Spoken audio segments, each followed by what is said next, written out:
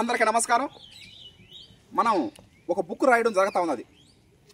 CVR పద్ధతిలో వరి సాగులో నా అనుభవాలు తెలియజేసే విధంగా ఆ ప్రక్రియ కొనసాగుతూ ఉంది. సరిగ్గా 10 సంవత్సరాల క్రితం మేము బుక్ రాయడం జరిగింది. శ్రీ విద్యానికేతన్ తిరుపతిలో చదువుకునే రోజుల్లో బీటెక్ చదివిన ఎవరైనా సరే ఈ బుక్ మెయిన్ ప్రాజెక్ట్ మార్క్స్ కోసం ఈ బుక్ రాయడం జరిగింది.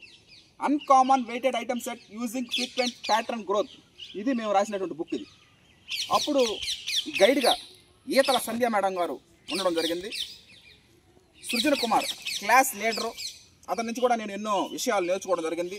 రాధా, సింధూజ, హర్షత్ విహార్, మొత్తం నలుగురు కూర్చొని ఈ బుక్ రాయడం జరిగింది. నేను అనుకోవాలి ఆ రోజుల్లో ఈ విధంగా ఈ బుక్ రాసి మళ్ళీ నేను ఇంకొక బుక్ రాస్తానని నేను ఏనాడు కూడా అనుకోలేదు, కల్లో కూడా ఊహించలేదు. ఈ విధంగా ఈసారి ఒక బుక్ రాయడం జరుగుతుంది. 10 సంవత్సరాలు దాలిన తర్వాత నా అనుభవాల గురించి 2015లో బీటెక్ కంప్లీట్ అయిపోయింది.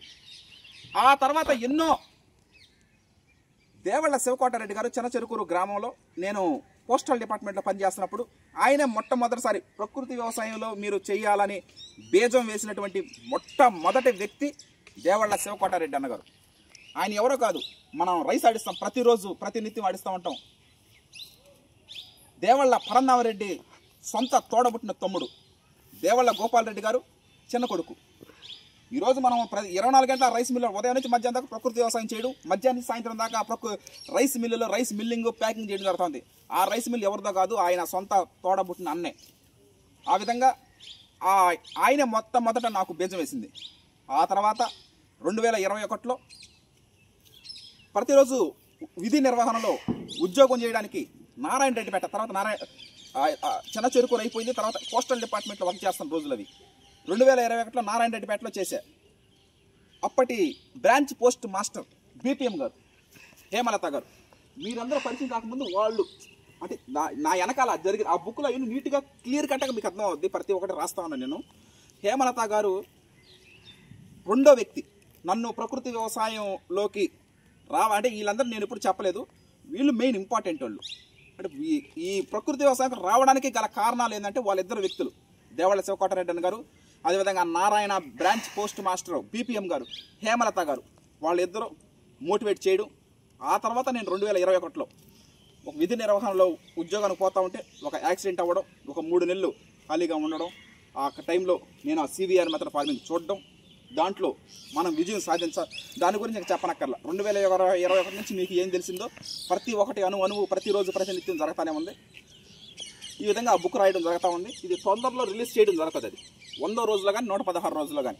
దాన్ని పక్కన పెడితే ఇక టీమ్ మెంబర్స్ గురించి, సివిఆర్ మెథడ్ ఫార్మింగ్ గురించి అణువు మీకు క్లియర్ కట్గా అర్థమవుద్ది ఆ బుక్లో. ఏదో బుక్ రాసేసాం అయిపోయిందని కాకుండా నెక్స్ట్ జనరేషన్, మేము శాశ్వతం కాదు, మనం శాశ్వతం కాదు, మట్టి శాశ్వతం, నీరు శాశ్వతం, ఇవి శాశ్వతం. మనం పోయినా కూడా నెక్స్ట్ తరం, ఆ నెక్స్ట్ తరం, ఎన్నో ఇంకా తరతరాలకి మానవ జీవితం ఉన్నంత వరకు ఆ బుక్ ఉంటుంది, వెలుగుతుంది. అది 100% వాస్తవం. ఆ విధంగా ఈ వెనకాల ఇన్స్పిరేషన్ చాలామంది ఉన్నారు. అదేవిధంగా 2021లో నేను ప్రారంభించినప్పుడు అప్పటి నెల్లూరు జిల్లా కలెక్టర్ శ్రీ కేవీఎన్ చక్రధర బాబు గారు, అదేవిధంగా డిప్యూటీ ప్రాజెక్ట్ డైరెక్టర్ ఆత్మ PD Sivanarayana sir, Chembeti Ravichandra Prasad sir, అప్పుడు జెడ్బిఎన్ఎఫ్ అని చేస్తా ఉన్నారు. వీళ్ళంతా మనకి వెనక అంత సపోర్టు, అంత సిచ్యువేషను అవి ఉండబట్టే ఈ రోజున ఎంతోమందికి రైస్ పంపించడం జరుగుతూ ఉంది. ఇది మామూలు విషయం కాదు. ఒక మినీ సామ్రాజ్యాన్ని సృష్టించి ఎంతోమందికి జీవనోపాధి కల్పిస్తే 10 మందికి మంచి ఆహారం మనం పంపిస్తూ ఉన్నాం. ఆ బుక్ రాయడం అది ఒక పూర్వజన్మ సుకృతంగా భావిస్తున్నాను నేను. అందరికీ ఆ భాగ్యం దక్కదు. ఏదో ప్రకృతి వ్యవసాయం చేసి రైస్ అమ్ముకొని జీవనం సాగిస్తున్న నన్ను ఆ పుస్తకం రాయించడానికి గల కారణం ఏంటంటే ముఖ్యంగా రైస్ వినియోగదారులే. నన్నే కాకుండా నా టీం మెంబర్స్ అందరికీ జీవనోపాధి కల్పిస్తూ ఉన్నారు వాళ్ళు. ఇది కంపల్సరీగా రైస్ బ్యాగ్ కొనుక్కున్న ప్రతి ఒక్కరికి ఆ బుక్ ఫ్రీగా పంపించడం జరుగుతుంది. ఇది నేను అనుకున్నటువంటి నిర్ణయం కాదు, ప్రకృతి రత్న హర్షత్ విహార్ టీం మెంబర్స్ నిర్ణయించినటువంటిది. ఎందుకంటే వాళ్ళు ఎవరు చదివినా ఎవరు చదవకపోయినా రైస్ వినియోగదారులు, కుటుంబ సభ్యులు, బంధువులు, స్నేహితులు, శ్రేయాభిలాషులు కంపల్సరీగా చదవాలి ఆ బుక్. వాళ్ళ కోసమే ఆ బుక్ క్రియేట్ చేయడం జరుగుతూ ఉంది.